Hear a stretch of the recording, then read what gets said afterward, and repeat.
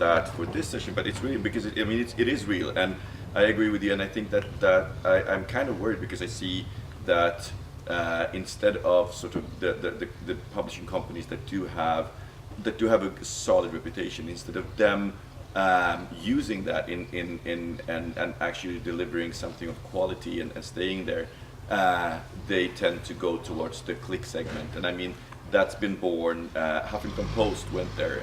So we see a lot of international big blogs that only work with basically link baits. It's 25 photos that will make you go, look at these cute kittens. It's a lot of content is based around essentially nothing, if you look at that. And that's just to get clicks, because that's how you're measured. I think that I can understand that has to do with having ads on the site. The more clicks you get, the more ads you will display. And if you look at the statistics, because I mean, it's just playing around with statistics, because you know that you have a 0.5% click-through rate. So in order to make this much money, you need this many visitors on your site, because they will eventually click this ad. Well, at least one of the suckers will click the ad and get to wherever they want to, if I'm to be mean. And I think that is a serious problem. I don't think that, I mean, then you're back, and you essentially, in a way, you're back to where I was at Primo, when we were like counting the clicks, how many visitors did we get, instead of looking, well, how much time is spent, because time spent is a much more important thing, especially if you're brand building, at least. But one problem we have is that we often work with clients who are not liked, like telecom companies and like energibolag, and they want to be less unliked. So for them they want to go from -20 to -15, and that's a great deal for them. And it's really hard to find what to measure when it's about, well, this month you got a little bit less, fewer negative content, negative comments on your Facebook wall. It's for them it's even harder to find the measurements, and most of them are saying that we don't want to be on Facebook anymore. We're leaving because it's just negative comments. But that's very close to another extremely essential aspect in every campaign, be it in the more problematic ones or the easy ones, and that's the outcome from the reactions and the likes and the interactions and so. How have you been able to make that part of your work, not only the sole activities on social media, but also the long-term outcome from the conversations? Are they doing anything about the problems that people are addressing, or? Yeah. Yes, we worked with E.ON, who are one of the largest energibolag in Sweden, or in Europe, and we started a campaign when people should save as much energy as possible, and there were not just content marketing, it was both media as well. But we actually started with a small group, about 10,000 house owners in Sweden, and they started to work very closely with them, making them saving energy. And since they got that much, they got very much support, so they started to like the brand. And when we had about 200 real fans working closely with them, we could start to join the larger public as well. So I think sometimes you need to find just a small group that could make a larger impact. But we also use the support team on, like the Kund support team. They were very active on Facebook as well, especially with these 10,000 people. So they were kind of focusing on them. Social media for hated brands is really interesting. I saw a couple of weeks ago a sponsored post by McDonald's, and I've seen them quite a lot in my feed. And every time they get so much hate, like, that looks disgusting, I would never eat your shit, and so much hate. And the same thing with Microsoft, they get so much hate as well. And I posted a question to Swedish community managers. Is it really good to sponsor your content when it gets hate? I mean, to be active to the people that actually like your page. I agree with that completely. Because some people do like McDonald's. Some people do, I'm sure of it. But how do you measure the effects of the negative comments Yeah, that you get? yeah. Is it, I mean, of course it's going to get, think like, you it's get fans from... I think Yeah. it's their strategy to do that. It might be, I it might think be, they are yeah. doing it over and over again. Yeah. And they want this negative. Why comments. though? But Why? I don't know. Because they want to be better, Maybe. maybe. I don't know. I don't know, but it's really I'm interesting. confusing as well. Yeah. I mean, this brings up another interesting question. Like, how do you? We often measure likes, but how do you measure the negative? The Yeah, impact exactly. of negative comments. Like, do you have a negative scale? Do you?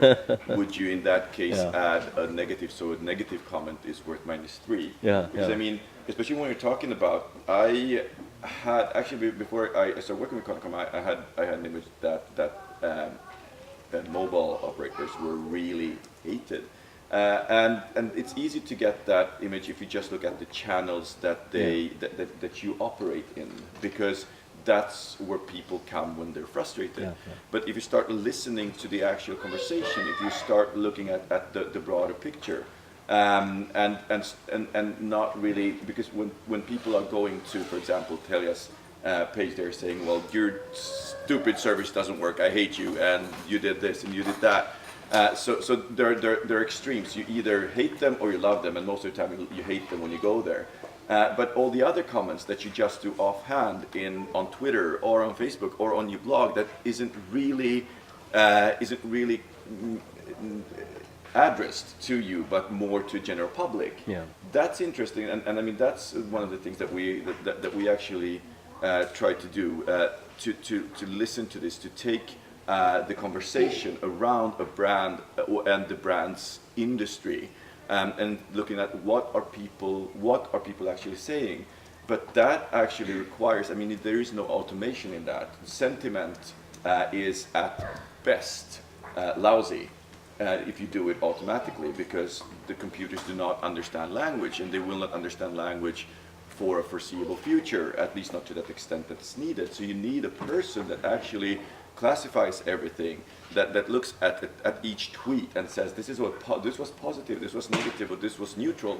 And then you actually get a really interesting picture, because it gives you a bigger value than just looking at, oh, everybody hated us on Facebook. And I think that if you look at McDonald's, I'd imagine that most of the conversation that happens outside is actually positive. And I imagine that maybe that's why they keep doing it, because the conversation that we don't really see, because I'm not the target group for McDonald's. I think I've seen on the net also that there are some brands, or if they are companies or bloggers or whatever they are, that are engaging people either way, and there is other brands that just don't engage, and the ones engaging are very often both hated and loved, and they take stand what they are, and that makes them lovable for some and hateful for some. But they have a lot of followers, because it's also very interesting, why is this person or brand so good? I can check it out, and maybe I fall to if understand that I actually love it or hate it. So they have an advantage, I think, that they are someone is opposed to no one. So that could be good to be hated as well, because Right. Yes. visible in some way. I mean, being controversial has always paid off. It gives you an audience. Yeah.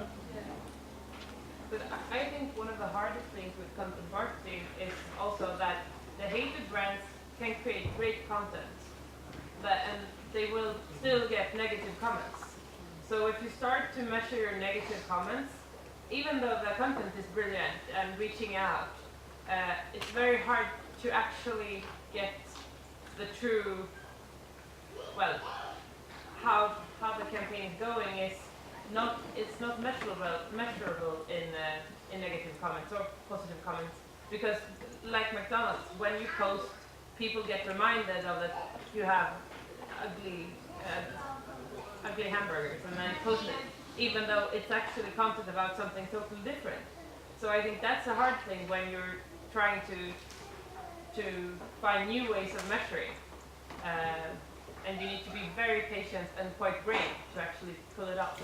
I agree, and also remember the 99-1 principle, which I often try to keep in mind, especially if we're talking about the more troll type of people who tend to be the ones who hate a lot, or who get attention from hating. And remember that, well, for those of you that haven't heard about the 19-1 principle, but at any given time in a larger scale, 90% of people will be consumers. They will never engage with your content in any way. They will just sort of read it, watch it, or listen to it, or whatever, and never leave a trace. Whereas only 10% will be editors that add to it or comment or so on. And that's a good thing to keep in mind, I think, especially with the trolls, because okay, so we have 10 trolls. Well, these are part of the 10%. We have a much larger mass that hopefully were reached by the message, or were reached by the message and hopefully liked it. But still, how do you guys fight against the like as the only way of measuring your social media activities? Johanna, tell me about how you did that UNICEF. That was a long time ago. I don't know. But we started to see the effects of my work on social media in terms of, I don't know, raised income, and also more, how do you say, global parents.